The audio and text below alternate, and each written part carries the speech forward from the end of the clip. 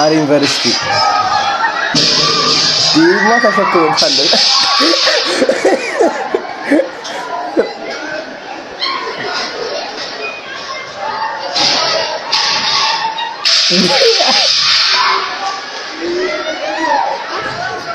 ይሄ በምን ሊወስደው ነው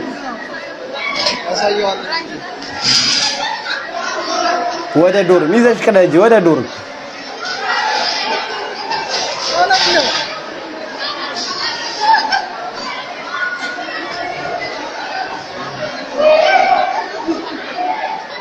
ዲ